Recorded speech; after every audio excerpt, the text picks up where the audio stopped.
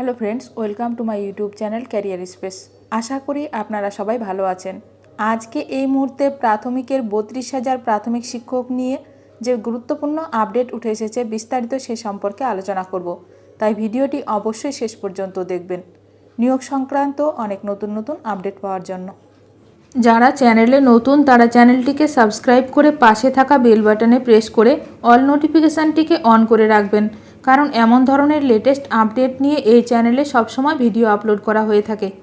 কি হবে প্রাথমিকের 32,000 শিক্ষক শিক্ষিকাদের? আজকেই ভাগ্য নির্ধারণ হবে এই চাকরি প্রার্থীদের।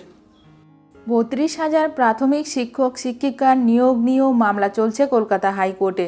প্রাথমিকে 32,000 চাকরি বাতিলের নির্দেশ দিয়েছিলেন কলকাতা হাইকোর্টের বিচারপতি অভিজিৎ গঙ্গোপাধ্যায়।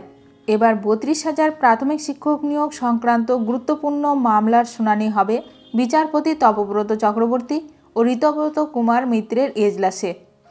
আজ প্রাথমিক শিক্ষক নিয়োগ সংক্রান্ত মামলার শুনানি হবে দুপুর 2টোর সময়। প্রাথমিক শিক্ষক নিয়োগ দুর্নীতিতে এই মামলার রায়ের ওপরই নির্ভর করে আছে 32,000 শিক্ষক শিক্ষিকার ভাগ্য। এই মামলার রায়ের ওপর নির্ভর করছে সমস্ত চাকরি প্রার্থীর ভবিষ্যৎ। এখন দেখার বিষয় আজ তপব্রত চক্রবর্তী ও ঋতব্রত কুমার মিত্রের এজলাসে এই মামলার কী রায় দেন বিচারপতি। আজ প্রাথমিক শিক্ষক নিয়োগ সংক্রান্ত মামলার শুনানির আপডেট সবার প্রথমে পেতে এখনই আমার চ্যানেলটি সাবস্ক্রাইব করে রাখুন। ভিডিওটি ভালো লাগলে অবশ্যই লাইক করবেন। আজকের ভিডিওটি এখানেই শেষ করলাম। নতুন কোনো আপডেট নিয়ে দেখা হবে নেক্সট ভিডিওতে।